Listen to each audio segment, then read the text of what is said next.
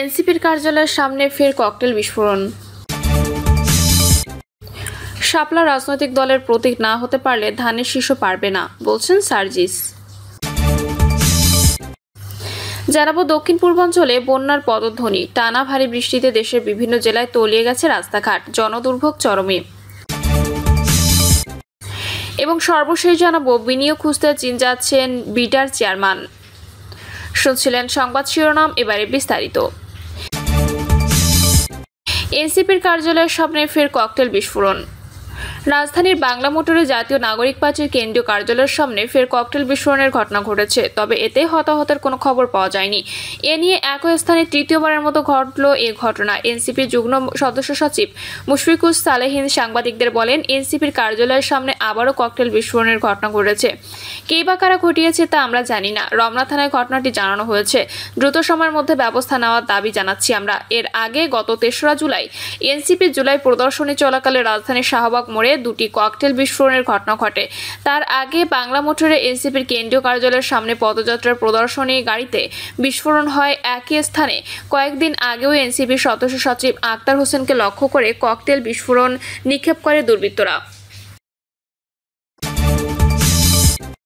শাপলা রাজনৈতিক দলের প্রতীক না হতে পারলে ধানের শীষ পারবে না, বলছেন সার্জিস। শাপলা জাতীয় প্রতীক নয়, জাতীয় প্রতীকের একটি অংশ দাবি করে জাতীয় নাগরিক পার্টির উত্তরাঞ্চলের মুখ্য সংগঠক সার্জিস আলম বলেছেন, একইভাবে ধানের শীষ, পাটপাতা এবং তারকাও জাতীয় প্রতীকের অংশ। শাপলা যদি রাজনৈতিক দলের প্রতীক না হতে পারে তাহলে ধানের শীষও প্রতীক হতে পারবে না। ফেসবুক পোস্টে সার্জিস আরও লিখেছেন, আর যদি জাতীয় প্রতীকের যে কোনো একটি অংশ রাজনৈতিক দলের প্রতীক হতে পারে তাহলে শাপলাও হতে পারবে। তিনি বলেন, জাতীয় ফুল হিসেবে শাপলার প্রতীক হতে আইনগত বাধা নেই, কারণ জাতীয় ফল কাঁঠাল অলরেডি মার্কা হিসেবে আছে।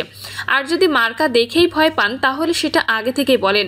এর আগের রাতে নির্বাচন কমিশনার আব্দুর রহমান এল মাসুদ গণমাধ্যমকে জানান, শাপলাকে কোনো রাজনৈতিক দলের নির্বাচনী প্রতীক হিসেবে বরাদ্দ দেবে না নির্বাচন কমিশন।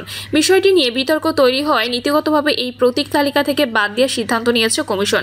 তিনি বলেন, নতুন প্রস্তাবিত প্রতীক তালিকায় শাপলা রাখা হচ্ছে না, নির্বাচনী প্রতীক হিসেবে আমাদের শিডিউলভুক্ত হচ্ছে না। আমরা নীতিগতভাবে সিদ্ধান্ত নিয়েছি। দক্ষিণ পূর্বাঞ্চলে বন্যার পদধ্বনি, টানা ভারী বৃষ্টিতে দেশের বিভিন্ন জেলায় তলিয়ে গেছে রাস্তাঘাট, জনদুর্ভোগ চরমে। ফেনীতে মুহুরী, কুহুয়া ও সিলোনিয়া নদীর বাঁধের 15 স্থানে ভাঙন, প্লাবিত 35 গ্রাম, ঘরবাড়ি ছেড়ে মানুষ অন্যত্র আশ্রয় নিচ্ছে। ফেনী বিলোনিয়া আঞ্চলিক মহাসড়ক সহ সংযোগ সড়কগুলো ডুবে গিয়ে যান চলাচল বন্ধ। ফেনী 2 উপজেলার শিক্ষা প্রতিষ্ঠান বন্ধ, বিদ্যুৎ সরবরাহ অনির্দিষ্টকালের জন্য বন্ধ। পানিবদ্ধতা ও বন্যার সংখ্যায় নোয়াখালীতে 1800 শিক্ষা প্রতিষ্ঠান বন্ধ। ভারী বর্ষণে পাইক গেছে 4000 মাছের ঘের ও পুকুর ভেসে গেছে। টানা ভারী বৃষ্টি ও ভারতীয় ঢলে দেশের দক্ষিণ পূর্বাঞ্চলে আবারও বন্যার সংখ্যা দেখা দিয়েছে। ইতিমধ্যে ফেনী জেলার বন্যা নিয়ন্ত্রণ বাঁধের 14টি স্থান ভেঙে গেছে। এর ফলে 30টি গ্রাম প্লাবিত হয়েছে। ঘরবাড়ি তলিয়ে যাওয়ায় মানুষ অন্যত্র আশ্রয় নিচ্ছে। এছাড়া ভারী বৃষ্টিতে দেশের বিভিন্ন জেলার রাস্তাঘাট তলিয়ে গেছে।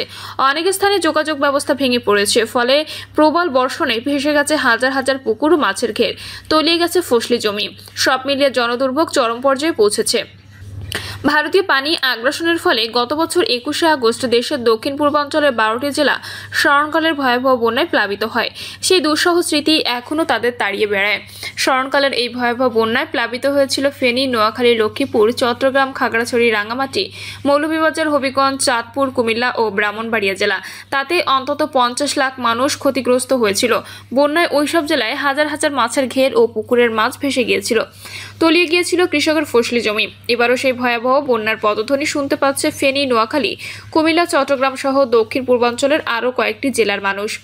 বাংলাদেশের সাধারণত উত্তর পূর্বাঞ্চলের জেলাগুলোতে প্রতি বছরই বন্যা দেখা দেয়, কিন্তু দক্ষিণ পূর্বাঞ্চলের মানুষ এর আগে কখনো এমন বন্যা দেখেনি। ফলে বন্যার সেই দুর্বিষহ স্মৃতি মনে হলে এখনও তারা আটকে ওঠে। গত বছরের ভয়াবহ বন্যার পর ওই অঞ্চলে বন্যার্তদের পুনর্বাসন এখনো সম্পন্ন হয়নি। সরকারিভাবে বন্যা নিয়ন্ত্রণের কোনো উদ্যোগ নেওয়া হয়নি। নদী দখলমুক্ত করা হয়নি, খাল খনন করা ও ড্রেনেজ ব্যবস্থা ঠিক করা হয়নি। এতে ভারী বৃষ্টিপাতের ফলে তলিয়ে যাচ্ছে রাস্তাঘাট। সাধারণ মানুষ এতে ক্ষোভ প্রকাশ করছে। এবারও টানা ভারী বর্ষণ ও ভারতীয় ঢলে যেভাবে পানি বাড়ছে তাতে ফেনী, নোয়াখালী, কুমিল্লা এসব অঞ্চলের মানুষ আবার বন্যার আতঙ্কে দিন কাটাচ্ছে। ফেনীতে নৌকা না থাকায় তলিয়ে যাওয়া বাড়িঘর থেকে মানুষ ট্রাক্টরে করে অন্যত্র যাচ্ছে। ফেনী থেকে মোহাম্মদ ওমর ফারুক জানান, অতিবৃষ্টির ফলে ভারতের উজানের পানির ঢলে ফেনীর ফুলগাজী, পরশুরাম, প্রবাহমান মুহুরী, কহুয়া ও সিলোনিয়া নদীর বাঁধের 15টি স্থানে ভাঙন দেখা দিয়েছে। এতে অন্তত 35 গ্রাম প্লাবিত হয়েছে। চরম দুর্ভোগে পড়েছেন 2 উপজেলার হাজার হাজার মানুষ। সরেজমিনে দেখা যায়, ফুলগাজী ও পরশুরামে বন্যার পানি বাড়তে থাকায় ফেনী বিলোনিয়া আঞ্চলিক মহাসড়ক সংযোগ সড়কগুলো ডুবে গিয়ে যান চলাচল বন্ধ হয়ে যায়। ফলে ভোগান্তি ও ঝুঁকি নিয়ে ট্রাক্টর ও পিকআপে গন্তব্যে ছুটছেন মানুষ। এতে চরম দুর্ভোগে পড়েন যাত্রী ও সাধারণ মানুষ। এদিকে ভারী বৃষ্টির কারণে ফেনী পৌর শহর এলাকায় জলাবদ্ধতা দেখা দেয়। পুরো শহর এলাকায় কোমর সমান পানি উঠে গেলে এতে চরম ভোগান্তির সৃষ্টি হয়। পরশুরাম ও ফুলগাজী উপজেলা প্রশাসনের তথ্য মতে, মুহুরী নদীর বন্যা নিয়ন্ত্রণ বাঁধের পরশুরাম উপজেলার জঙ্গলখোনায় 2টি, অলকায় 3টি, শালধর এলাকায় 1টি, ফুলগাজী উপজেলার উত্তর শ্রীপুর এলাকায় 1টি স্থানে ভাঙন দেখা দিয়েছে। সিলোনিয়া নদীর পরশুরামের গদানগর এলাকায় 1টি ও ফুলগাজী দেড়পাড়া এলাকায় 2টি স্থান ভেঙেছে। এছাড়া কহুয়া নদীর পরশুরাম উপজেলার সাতকুচিয়ায় 2টি, বেড়াবাড়িয়া 1টি ও ফুলগাজী উপজেলায় দৌলতপুর এলাকায় বন্যা নিয়ন্ত্রণ বাঁধের 1টি স্থানে বাঁধ ভাঙনের ঘটনা ঘটেছে। গত 2 দিনে মোট নদীর বাঁধের 15টি স্থানে ভাঙনের সৃষ্টি হয়। এতে কয়েক হাজার পরিবার পানিবন্দী হয়ে আছে। অনেকে ছুটছেন নিরাপদ আশ্রয় কেন্দ্রে। উত্তর মণিপুর গ্রামের বাসিন্দা আবু বকর সিদ্দিক রুবেল জানান, আমাদের বাড়ির প্রায় 60টি পরিবার পানিবন্দী হয়ে পড়েছে। যাদের দোতলা ঘর আছে, অনেকে সেসব ঘরে আশ্রয় নিয়েছেন। পশ্চিম অলকার বাসিন্দা সারোয়ার বলেন, গত বছরের ভয়াবহ বন্যায় দখল এখনো কাটিয়ে উঠতে না পেরে আবার বন্যার কবলে পড়েছি। ভারতের উজানের পানি প্রতি বছরই আমাদের সর্বনাশ ডেকে আনে। আমরা চাই এর একটি স্থায়ী সমাধান করা হোক। এদিকে গতকাল 2 উপজেলায় সকল শিক্ষা প্রতিষ্ঠানগুলো বন্ধ ঘোষণা করা হয়েছে এবং চলমান অর্ধবার্ষিকী পরীক্ষা স্থগিত করা হয়েছে বলে প্রশাসন সূত্রে জানা যায়। 2 উপজেলায় বন্যা পরিস্থিতি উন্নতি না হওয়া পর্যন্ত বিদ্যুৎ সরবরাহ অনির্দিষ্টকালের জন্য বন্ধ থাকবে বলে পল্লী বিদ্যুৎ সমিতি থেকে জানানো হয়। ফেনী পানি উন্নয়ন বোর্ডের নির্বাহী প্রকৌশলী আক্তার হোসেন মজুমদার বলেন, মুহুরী ও সিলোনিয়া নদীর বাঁধের 11টি স্থানে ভাঙনের তথ্য আমাদের কাছে আছে। আমরা এসব বিষয়ে খোঁজ খবর রাখছি। নদীতে পানি এখনো বিপদসীমার 60 সেন্টিমিটার উপর দিয়ে প্রবাহিত হচ্ছে। রাতে পানি কিছুটা কমেছে, তবে বৃষ্টি বন্ধ হলে নদীর পানি কমবে, বাঁধ ভাঙনের সংখ্যাও কমবে।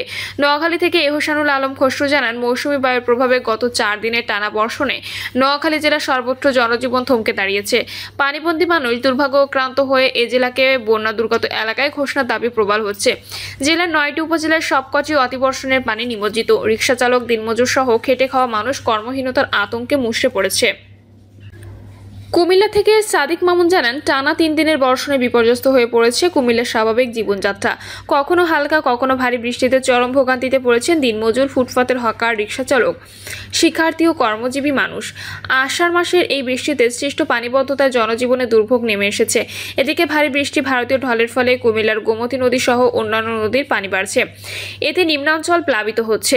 বৃষ্টির কারণে শহরের বিভিন্ন স্থানে রাস্তাঘাট এতটাই পানিনমগ্ন হয়ে পড়েছে, তাতে চলাচল করাটা কষ্টসাধ্য, ঝুঁকিপূর্ণ হয়ে পড়েছে। পানিতে তলিয়ে বিশেষ করে নিচু এলাকাগুলোতে পানিবদ্ধতা মারাত্মক আকার ধারণ করেছে। এতে সাধারণ মানুষের চলাচলে সমস্যা হচ্ছে এবং ভোগান্তি পোহাতে হচ্ছে। পানিবদ্ধতার কারণে শহরের নিচু এলাকায় ঘরবাড়ি ও দোকানে পানি ঢুকে পড়েছে, যা জনজীবনে ব্যাপক সমস্যা তৈরি করেছে। ড্রেন উপচে পড়া নোংরা পানির সঙ্গে বিভিন্ন ময়লা আবর্জনা মিশে দুর্গন্ধ ছড়াচ্ছে এবং স্বাস্থ্য ঝুঁকি তৈরি করছে। গত 2 দিনে কুমিল্লা 150 মিলিমিটার বৃষ্টি হয়েছে। মৌসুমী বায়ুর প্রভাবে বৃষ্টিপাতের এই প্রবণতা অব্যাহত থাকার সম্ভাবনা রয়েছে বলে জানিয়েছেন জেলা আবহাওয়া অফিস। খুলনার ব্যুরো জানায়, গত 2 দিনের টানা বৃষ্টিতে খুলনার রাস্তাঘাট, বাজার, শিক্ষা প্রতিষ্ঠান থেকে শুরু করে ঘরের উঠান পর্যন্ত হাঁটু পানিতে তলিয়ে গেছে। নগরীর কোথাও রিকশা চলছে না, কোথাও আবার রিকশা ভাড়া আকাশচুম্বী। তারপরেও যাত্রীরা পৌঁছাচ্ছেন ভিজে গা আর ভেজা মন নিয়ে। সবচেয়ে ভয়াবহ চিত্র দেখা গেছে নগরীর বয়রা, পুলিশ লাইন, আবু নাসের হাসপাতাল এলাকা, লবণচড়া, টুটপাড়া, নতুন বাজার সহ অন্তত 1 ডজন এলাকায়। যেখানে সড়কে হাঁটু পানি, সেখানে আবার চলছে উন্নয়ন প্রকল্পের জন্য খোঁড়াখুড়ি, ফলে ভোগান্তি দ্বিগুণ। অথচ এই দুর্ভোগ থেকে রেহাই দিতে 2018 সালে 823 কোটি টাকা ড্রেনেজ ব্যবস্থার উন্নয়ন প্রকল্প হাতে নেয় খুলনা সিটি কর্পোরেশন। 7 বছরে খরচ হয়েছে 634 কোটি টাকা, কিন্তু বাস্তবে জলবদ্ধতা কমার পরিবর্তে আরও বেড়েছে। অনেক খাল এখনো দখলমুক্ত হয়নি, রাস্তার চেয়ে উঁচু নালা তৈরি হয়েছে। নালার মুখ বন্ধ, নাগরিকদের মুখে এখনো একটাই কথা, খাল খুঁড়ে শুধু হয়রানি, সমাধান শূন্য। বৃদ্ধ নূর ইসলাম, যিনি বয়রা পুলিশ লাইনের পাশে চায়ের দোকান চালান, বললেন, যতবার বৃষ্টি হয় ততবার ভেসে যায়, দোকান খুলেই লাভ হয় না। অন্যদিকে রিক্সা চালক জাহাঙ্গীর মিয়া হতাশ স্বরে বলেন, ভাড়া হয় না, আয় নেই, পরিবার কেমনে চালাবো। রূপসা নন্দনপুর এলাকার ব্যবসায়ী মোহাম্মদ মেহবুব হাসান মামুন জানান, গত দুদিন ঘর থেকে বের হওয়া যায়নি। অন্যদিকে বাড়ির সামনে রাস্তায় হাঁটু পানি, মাছের পুকুর তলিয়ে গেছে। এখন নদী, পুকুর, রাস্তা সবই যেন এক সমতায় চলছে। আমাদের বীজতলা পানির নিচে, পাইকগাছার কয়রা, ফুলতলা, ডুমুরিয়া, রূপসা, তেরোখাদা, দিঘলিয়া উপজেলার চিত্র আরো ভয়াবহ। হাজার হাজার চিংড়ি ঘের, সবজি ক্ষেত, আমন ধানের বীজতলা পানিতে ডুবে গেছে। কোটি টাকার ফসল ও মাছের ক্ষতির আশঙ্কা করছেন স্থানীয় কৃষক ও মৎস্য ব্যবসায়ীরা। পাইকগাছা উপজেলার কৃষক সামাদ গাজী কাপা গলায় বলেন, 3000 ফলের চারা পানির নিচে, ঘরের উঠানো তলিয়ে গেছে। লক্ষ্মীপুর থেকে স্টাফ রিপোর্টার জানান, লক্ষ্মীপুরে 24 ঘন্টায় 161 মিলিমিটার বৃষ্টি হয়েছে, যা এই মৌসুমের সর্বোচ্চ পরিমাণ বৃষ্টির রেকর্ড। লক্ষ্মীপুরের রামগতি, কমলনগরে লক্ষাধিক মানুষ পানিবন্দী হওয়ার আশঙ্কায় রয়েছে। গত 2 সপ্তাহে ধরে টানা বৃষ্টি ও মেঘনার অস্বাভাবিক জোয়ারের পানিতে বিপর্যস্ত জনজীবন। ভোগান্তিতে পড়ছে শিক্ষা প্রতিষ্ঠানের শিক্ষার্থী ও সাধারণ মানুষ। শহরের Shamsherabad, JB road, college road, Banchhanagar, Majupur সহ বিভিন্ন স্থানে পানি জমে দেখা দিয়েছে জলাবদ্ধতা। ফলে চরম ভোগান্তিতে পড়েছে পৌরবাসী।